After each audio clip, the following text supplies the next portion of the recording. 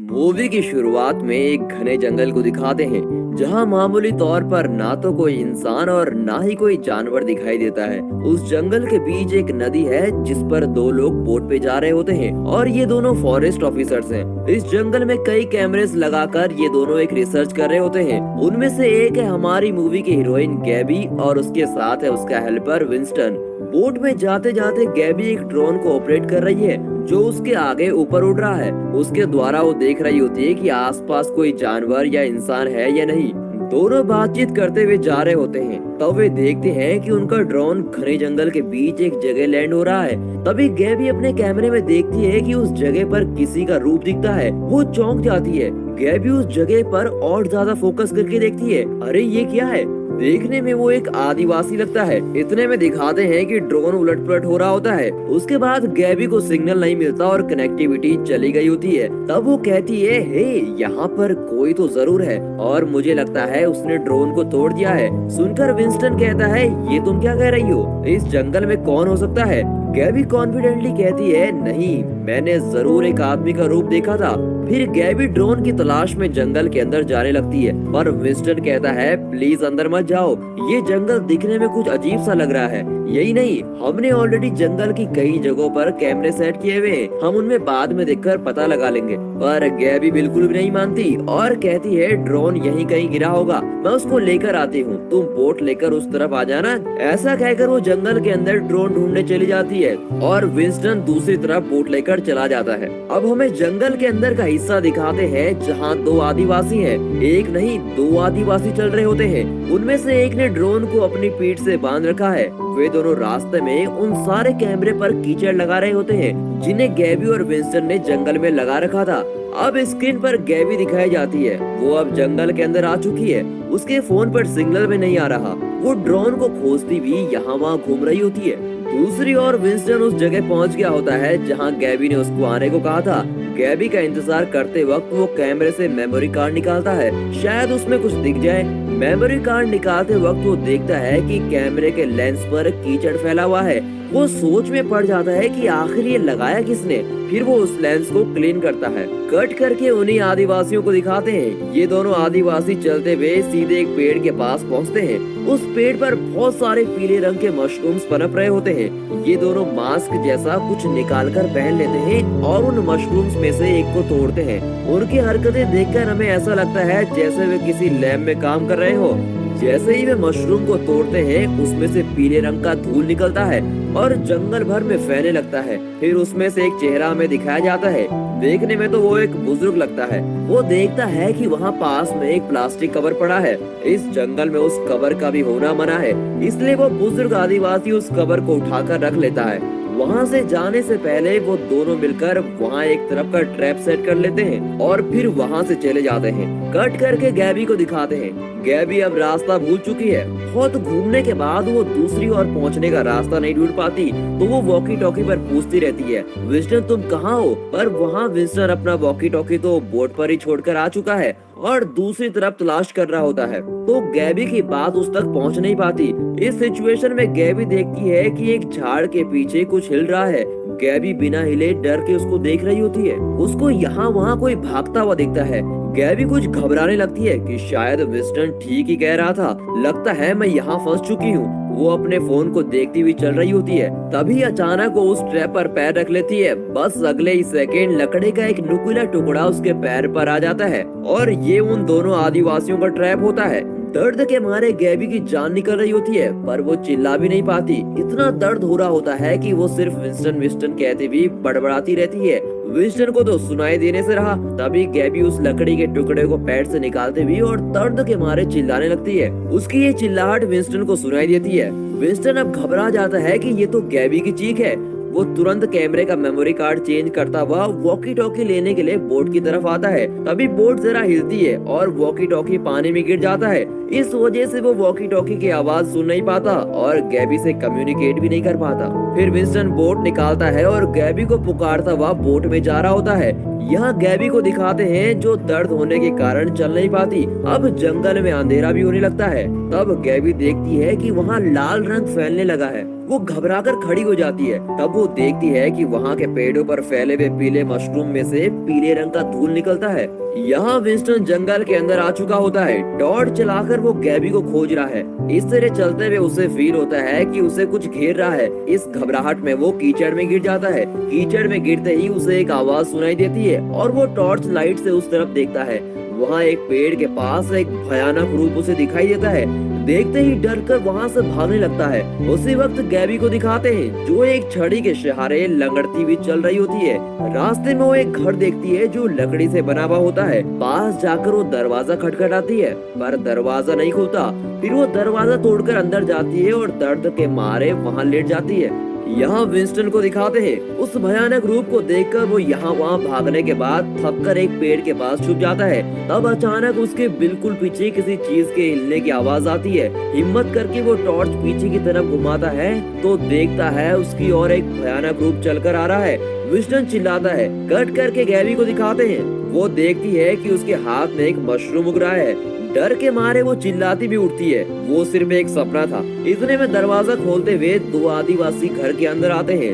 लगता है ये उन्हीं का घर है। आते ही वे पूछते हैं तुम कौन हो, तुम्हारे साथ और कितने लोग यहाँ आए हैं। गैबी के गले पर चाकू रखकर वे ये सवाल कर रहे होते हैं। गैबी बताती है मैं एक फॉरेस्ट ऑफिसर हूँ, मेरा एक साथी भी यहाँ आया है पर वो कहीं खो गया है, मैं उसी को ढूंढ रही थी। इतने में वो बुजुर्ग गैबी के पैर का सड़ता हुआ घाव देखता है। वो तुरंत चाकू नीचे रखता है और फर्स्ट एड करने लगता है। इस दौरान एक छोटे लड़के को दिखाते हैं। ये दोनों आदिवासी जो भी लाते हैं जैसे कीड़े मकोड़े मुर्गियाँ इत्यादि, ये लड़का उन चीजों को साफ करता है और उन्हें पकाता है। गैबी उससे पूछती है तुम कौन हो। लड़का कहता है मेरा नाम ब्रेनेड है। इससे ज्यादा वो एक भी शब्द नहीं बोलता। फिर वो पूछती है तो वो कौन है। इसका जवाब वो बुजुर्ग देता है कि उसका नाम स्टेफन है और वो बात नहीं करता। सारे जवाब वो बुजुर्ग ही दे रहा होता है। एक्चुअली स्टेफन उसका बेटा है। गैबी का फर्स्ट एड होने के बाद ब्रेनेड उसके लिए खाना लाता है। खाने में कीड़े रेंग रहे होते हैं। बुजुर्ग कहता है देखो ये जंगल है, यहाँ खाने को यही मिलेगा, यहाँ शहर वाला खाना नहीं मिलेगा। अगर जिंदा रहना चाहती हो तो चुपचाप खा लो।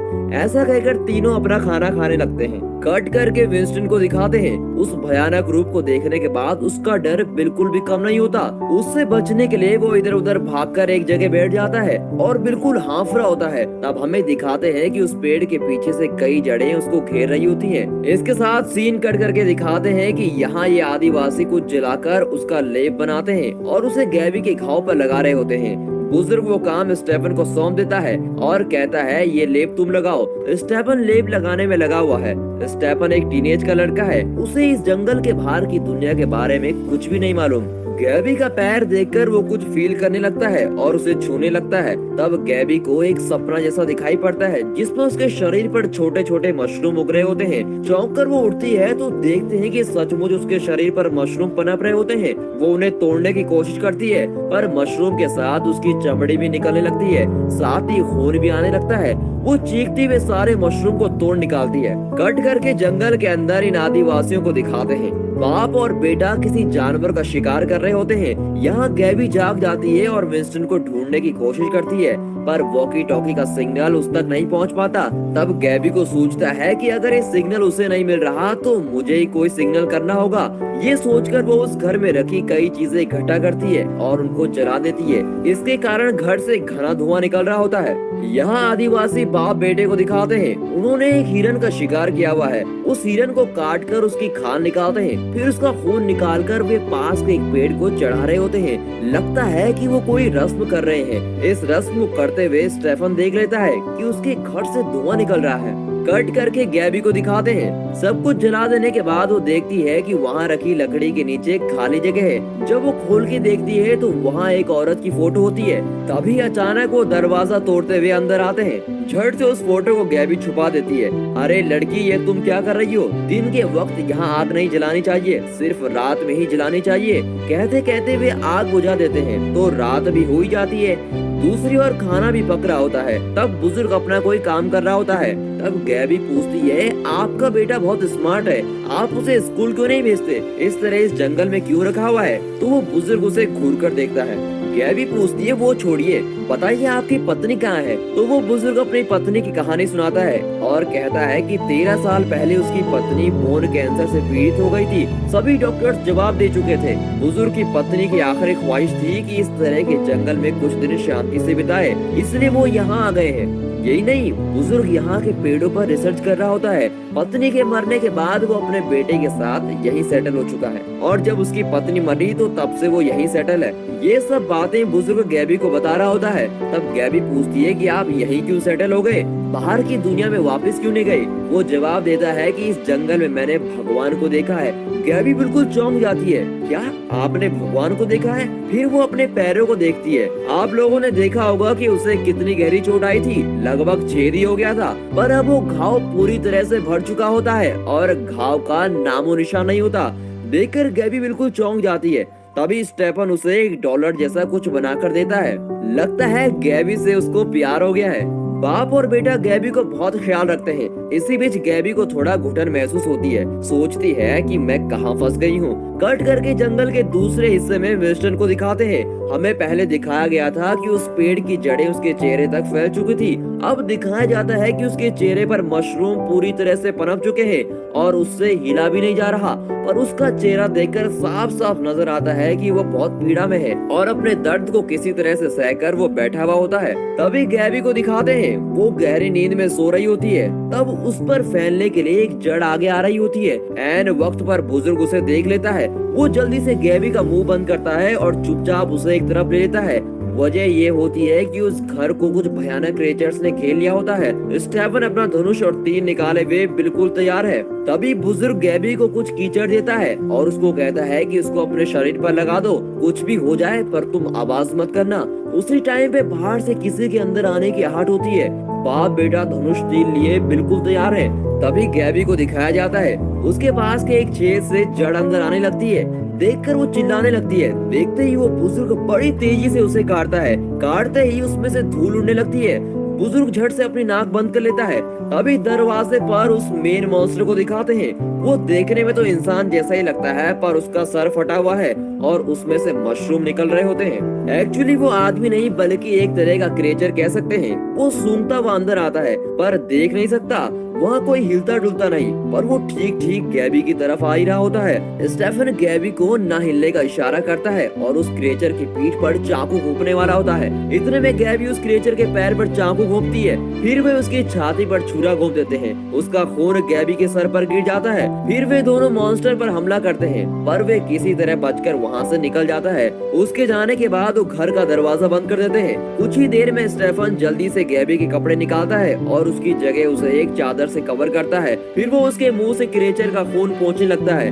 ये सब वो इसलिए करता है ताकि गैबी को उस क्रिएचर से खून से कोई इन्फेक्शन ना हो। तभी उसका बाप उसे देख रहा होता है और सोचता है अबे इधर तेरा बाप घायल है और इतना सारा खून भी बह रहा है, फिर भी तुझे उस लड़की की ही पड़ी है। फिर बुजुर्ग उस मॉन्स्टर का खून अपने शरीर से धोकर निकालता है और उस पानी को एक बोतल में बंद कर देता है। गैबी बहुत ही कंफ्यूज हो जाती है और पूछती है आखिर यहाँ हो क्या रहा है। तब बुजुर्ग बताता है कि इस जंगल में एक भयानक फंगस है जो बहुत आसानी से फैलता है। वो फैलते फैलते इंसानों तक पूरी तरह से पहुँच जाता है। वही तुम यहाँ देख रही हो। इस पर गैबी पूछती है पर आप यहाँ के किसी भगवान की बात कर रहे थे। तब बुजुर्ग कहता है कि देखो मैं साफ साफ एक्सप्लेन करता हूँ, तुम समझ जाओ। हमारी धरती के नीचे एक बहुत बड़ा जीव रहता है। वो बाहर निकलने का मौका ढूंढ रहा है ताकि वो इंसानों को पूरी तरह से खत्म कर सके। यहाँ हो रही हर बात इस विनाश का एक लक्षण है। उसी जीव के ये छोटे छोटे हिस्से हैं, ये फंगस, मशरूम इत्यादि।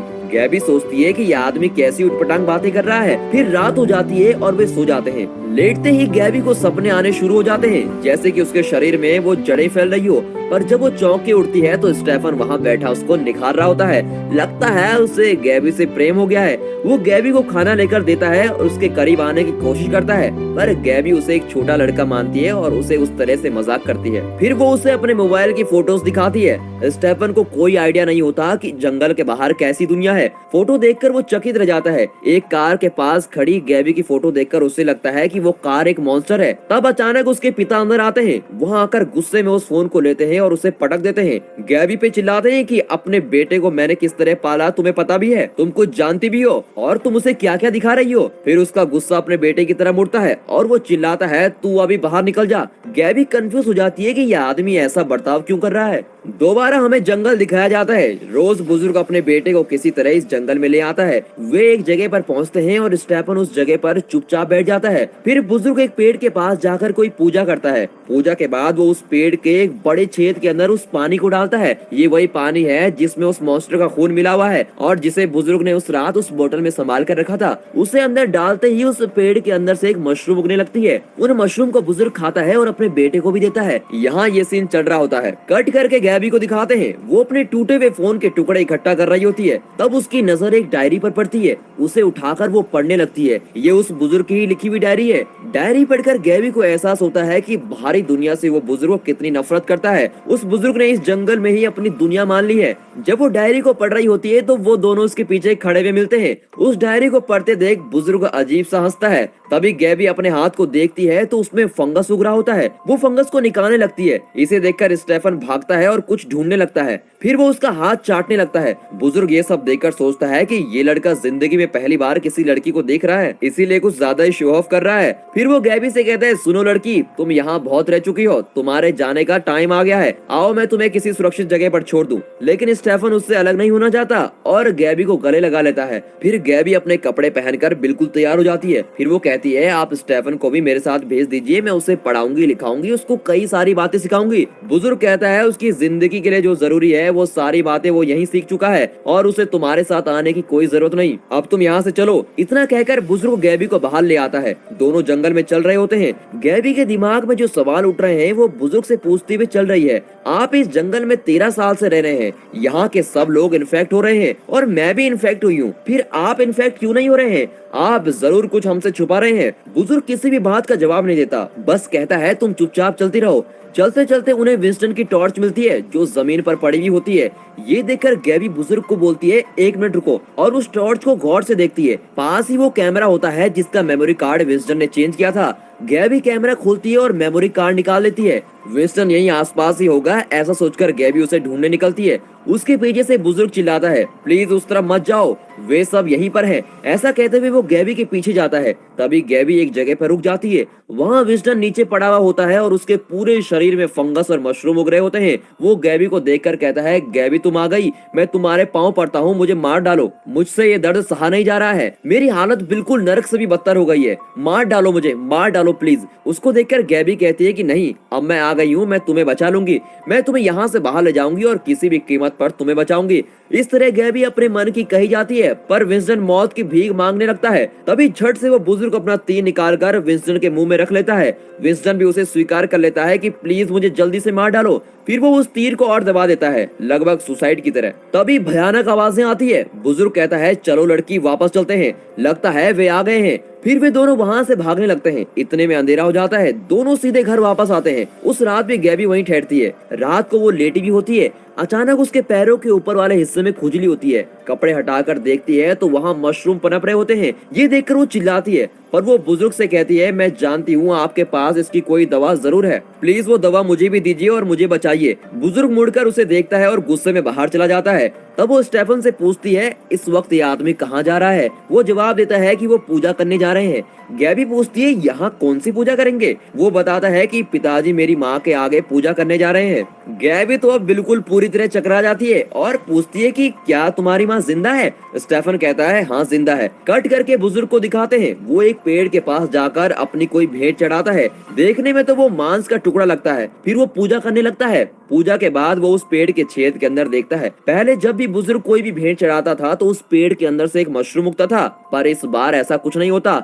ये देखकर बुजुर्ग बिल्कुल टेंशन में आ जाता है और चिल्लाने लगता है। उसके आसपास सब कुछ लाल होने लगता है। कट करके के घर के अंदर गैबी और स्टेफन को दिखाते हैं। वे दोनों लेटे हुए फ्रेंडली बातें कर रहे होते हैं। गैबी उससे कहती है तुम मेरे साथ शहर चलो, मैं तुम्हारा बहुत अच्छे से ख्याल रखूंगी। तब स्टेफन कहता है कि मेरे पिताजी ने कहा है कि शहर के लोग बड़े खतरनाक होते हैं और वो जल्दी ही मरने वाले हैं। अब मैं अपने पिताजी को छोड़कर नहीं आ सकता। अचानक उसके पिताजी वहां जाते हैं और उन दोनों को देख लेते हैं। उन्होंने कोई गलती नहीं की थी, पर फिर भी बुजुर्ग को गुस्सा आ जाता है। फिर वो अपने बेटे को चिल्लाकर अपने साथ आने को कहता है। वो उसे उसी पेड़ तक ले जाता है। उस पेड़ के आगे वे पूजा करते हैं और भेंट चढ़ाते हैं। बुजुर्ग एक मशरूम तोड़कर खाता है और अपने बेटे को भी एक देता है, पर स्टेफन मशरूम को नहीं खाता। वो उसको अपने पास रखता है और सीधे अपने घर आता है। बुजुर्ग को आश्चर्य होता है कि ये लड़का ऐसी अजीब सी हरकत क्यों कर रहा है। इतने में स्टेफन दौड़ने लगता है। वो सीधे घर पहुंचता है और अपने पिता के आने से पहले उस मशरूम को गैबी के मुंह में डाल देता है और कहता है तुम इसे जल्दी से खा लो, तुरंत खा लो, पिताजी के आने से पहले तुम इसे खा ही लो।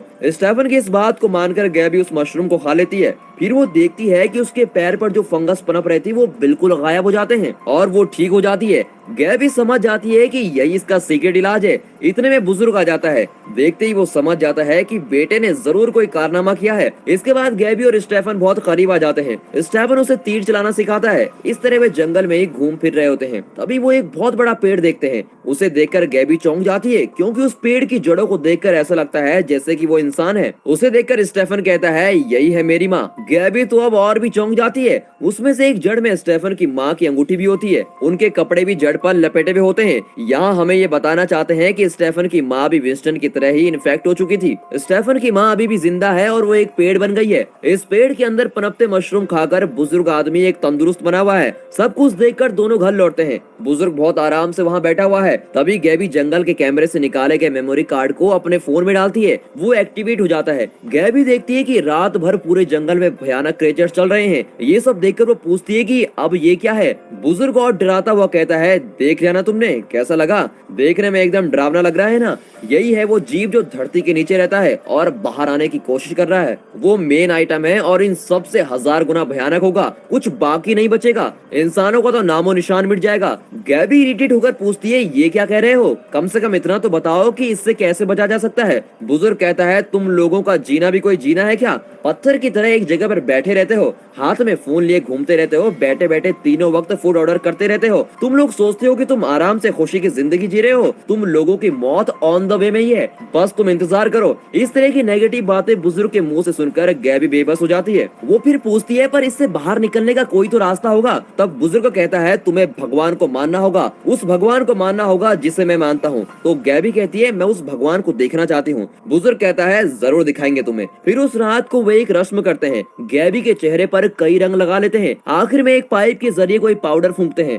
फूंकते ही हमें दिखाते हैं कि गैबी किसी दूसरी दुनिया में जा चुकी है और कई तरह के फंगस को देखती है। फिर दिखाया जाता है कि वो एक बड़े पेड़ के सामने न्यूड खड़ी है। उस जगह आसपास और कुछ भी नहीं है, सिर्फ वो बड़ा पेड़ है। वो उस पेड़ को छूती है तब उसे कई और विजुअल दिखाई देते हैं, जिसमें हमारे ब्लड सेल्स दिखने वाले बैक्टीरिया फैले हुए हैं। फिर कीड़े देखने लगती है। इस तरह कई चीजें एक साथ देखकर वो कंफ्यूज हो जाती है। आखिर में उसे एक विजुअल दिखता है जो ये बताता है कि स्टेफन की जान को किस तरह का खतरा है। उसे देखती है कि उसके मुंह में तीर गड़ा हुआ है। खैर वो सीन मैं दिखाने वाला हूँ नहीं। ये सब देखकर गैबी घबराकर आंखें खोलती है। उसे यकीन हो जाता है कि स्टेफन को खतरा है। आंखें खोलते ही स्टेफन और बुजुर्ग को देखती है। बुजुर्ग कहता है तुम जरूरत से ज्यादा जान चुकी हो, अब तुम्हारा यहाँ रहना ठीक नहीं, तुम कल यहाँ से निकल जाना। उस रात बुजुर्ग रोज की तरह उस पेड़ के पास जाता है और पूजा करता है। उसी वक्त गैबी स्टेफन से विनती करती है कि तुम प्लीज मेरे साथ आ जाओ। पहले स्टेफन नहीं मानता, पर गैबी उसका क्रश बन चुकी है। इसका फायदा उठाकर वो स्टेफन को कन्विंस करती है कि वो हमेशा उसके साथ ही रहेगी। जंगल से बाहर जाने के लिए वो मान जाता है। सब कुछ डिसाइड करके वे दोनों घर से बाहर निकल ही रहे होते हैं कि इतने में पूजा पूरी करके वो बुजुर्ग वापस आ जाता है। वो स्टेफन से पूछता है बेटा ये क्या कर रहे हो? तभी गैबी एक चाकू हाथ में ले लेती है और बुजुर्ग से कहती है देखो यहाँ भगवान कुछ नहीं, मुझे लगता है तुम नशे में हो। तुमने खुद अपने लिए कोई रस्म बना ली है और अब तुम बाहर की दुनिया से डरने लगे हो। अपने साथ तुम अपने बेटे की जिंदगी भी बर्बाद कर रहे हो। बात मानो, उसे मेरे साथ भेज दो, मैं उसकी देखभाल अच्छे से कर लूंगी। तब बुजुर्ग बेटे से पूछता है कि बेटा क्या तुम्हारा भी यही फैसला है? अपने बूढ़े बाप को छोड़कर तुम चले जाओगे? बेचारा स्टेफन क्या जवाब देता? बचपन से अब तक उसके पिता ने उसका ख्याल रखा था, तो उसे अपने पिता की साइड लेनी पड़ती है। वो गैबी से कहता है तुम यहाँ से चले जाओ, मैं अपने पिता के साथ ही रहूंगा। ऐसा कहकर वो अपने पिता के साथ चला जाता है। गैबी उसे पीछे से स्टेफन स्टेफन कहकर पुकारती है, पर वो नहीं आता। फिर क्या, बाप और बेटे अपने रास्ते और गैबी अपने रास्ते। गैबी अपने शहर लौटना चाहती है और वहाँ से निकलती है, पर उसी वक्त उसे सूझता है कि स्टेफन को तो कोई खतरा आने वाला है। वो उसे बचाना चाहती है। सोचते सोचते वो पीछे मुड़ती है तो उसका खून सूख जाता है। उस रात का वही मशरूम वाला मॉन्स्टर जंगल में घूम रहा होता है और उसको दिखाई देता है। और डरने वाली बात यह है कि वो गैबी की तरफ ही आ रहा होता है, पर वो देख नहीं पाता। इसका ख्याल आता है गैबी छुप जाती है। उसे क्रॉस करके वो मॉन्स्टर चला जाता है। फिर गैबी झट से घर के अंदर जाती है और धनुष और तीर निकाल लेती है। घर से बाहर निकलकर वो सीधा स्टेफन के पास जाती है। उसे अच्छी तरह मालूम होता है कि वो कहाँ होगा, वो जरूर उस पेड़ के पास होगा। कट करके उस पेड़ को दिखाते हैं। वहाँ स्टेफन एक जगह बैठा हुआ होता है। फिर बुजुर्ग उसकी शर्ट उतारता है और कहता है मैं तुम्हें रखकर एक पूजा करने वाला हूँ। ऐसा कहकर वो अचानक एक चाकू निकालकर स्टेफन का हाथ काट देता है। फिर वो कहता है जिस समय तुमने इस जंगल से बाहर जाने की सोची उस वक्त तुम अपनी पवित्रता खो चुके हो, अब मुझे तुम्हारी बलि चढ़ानी होगी। ऐसा कहकर वो बलि चढ़ाने के लिए तैयार हो जाता है। स्टेफन को नीचे गिराकर उसको दबाने लगता है। बुजुर्ग के साथ साथ वो पेड़ भी उसको दबाने लगता है। स्टेफन घबरा जाता है कि माँ और बाप दोनों मुझे मारने पर तुले हुए हैं। फिर बुजुर्ग सॉरी बेटा कहकर उसकी गर्दन पर कुल्हाड़ी मारने ही वाला होता है कि अचानक एक तीर आकर उसके पैर में लगता है। गैबी वहाँ पहुँच गई होती है और तीर उसी ने चलाया हुआ होता है। गैबी चिल्लाती है छोड़ दो उसे। वो बुजुर्ग का सामना करने के लिए बिल्कुल तैयार हो जाती है, पर बुजुर्ग जोर से मुक्का मारकर उसको गिरा देता है। उसी वक्त वो फंगस मुंह वाला वहाँ आ जाता है और गैबी को काटने लगता है। झट से स्टेफन उठ जाता है और उस मॉन्स्टर को जोर से मारने लगता है। इतने में बुजुर्ग गैबी को मार डालने की सोचता है और उस पर हमला करने ही वाला होता है, पर ठीक वक्त पर स्टेफन अपने पिता के पीठ पर चाकू घोंप देता है और बुजुर्ग घायल होकर नीचे गिर जाता है। दूसरी ओर वो उस मॉन्स्टर को भी मार डालते हैं। फिर वो गैबी से कहता है चलो यहाँ से भाग चलते हैं। ऐसा कहकर वो गैबी को साथ लेकर अपने वुडन हाउस पर पहुंच जाता है। दोनों घर तो आ जाते हैं, पर बहुत ही घबराए हुए होते हैं और एक दूसरे को देखने की स्थिति में आ जाते हैं। कट करके जंगल को दिखाते हैं। वहाँ बुजुर्ग आंखें खोलकर देखता है तो उसकी पीठ पर फंगस से भरी हुई है। देखकर वो खून की उल्टियां करने लगता है। वो उसी खून को लेता है और उस पेड़ को भेंट चढ़ाता है, पर इस बार पेड़ के अंदर से कोई मशरूम नहीं उगता और इस वजह से वो बिल्कुल विंस्टन की तरह वही मूर्ति बन जाता है और फंगस बन के परपने लगता है। यहाँ गैबी का शरीर भी फंगस से भर गया होता है। तभी वो बुजुर्ग की लिखी हुई किताब पढ़ती है। उसमें लिखा हुआ होता है कि इस फंगस का कोई इलाज नहीं, उसे सिर्फ थोड़े ही समय के लिए रोका जा सकता है। एक दिन ये जीव जरूर बाहर आएगा और इस दुनिया को पूरी तरह से नष्ट कर देगा, क्योंकि हम सब अभी तक यही समझे हैं कि हम ही इस दुनिया में परजीवी या पैरासाइट्स हैं। उस बुक में बुजुर्ग ने ये सब कुछ लिखा हुआ होता है। गैबी को अब समझ में आ जाता है कि दैट्स इट, अब वो बाहर नहीं आ सकती, इसलिए वो उस जंगल में ही बस जाती है। स्टेफन उसका बहुत ख्याल रखता है। कुछ वक्त गुजरता है और हमें दिखाते हैं कि गैबी के शरीर पर अब फंगस पूरी तरह से फैल चुका है। वो जान जाती है कि इसका कोई भी इलाज नहीं है। वो स्टेफन से विनती करती है कि मुझ पे तरस खाओ प्लीज, मुझे मार डालो। फिर हमें दिखाते हैं कि स्टेफन उसका माथा चूम रहा है। फिर दिखाते हैं कि वो घर के बाहर बैठा हुआ है। मरने से पहले गैबी ने उससे कहा होता है कि प्लीज तुम यहाँ मत रहना, तुम यहाँ से बाहर जाओ, तुम्हारे देखने के लिए अभी पूरी दुनिया पड़ी हुई है, तुम्हें बहुत कुछ सीखना है। पर इन्फेक्शन होने के बाद गैबी यहाँ से बाहर कहीं नहीं जा सकती थी। गैबी के मरने के बाद स्टेफन अकेला पड़ जाता है और सूनी जिंदगी जी रहा होता है। कट करके अगले सीन में दिखाते हैं कि वो अपने पिता की किताबें, डायरीज और अपनी पहचान की सभी चीजें उस घर में छुपा देता है। और फिर हमें दिखाते हैं कि वो उस जंगल से बाहर निकलकर शहर की तरफ जाने के लिए खड़ा है। कट करके दिखाते हैं कि स्टेफन शहर के एक रेस्टोरेंट में बैठा हुआ दबा दबा कर खाना खा रहा है। ऐसा खाना वो पहली बार खा रहा होता है। उसके जाने के बाद उसकी प्लेट पर फोकस किया जाता है। प्लेट पे बचे हुए खाने में वही फंगस पनप रहा होता है। इस सीन में हमें ये बताना चाहते हैं कि वही है जो पूरी दुनिया में फंगस को फैलाता है। और यहाँ पर ये मूवी खत्म होती है। तो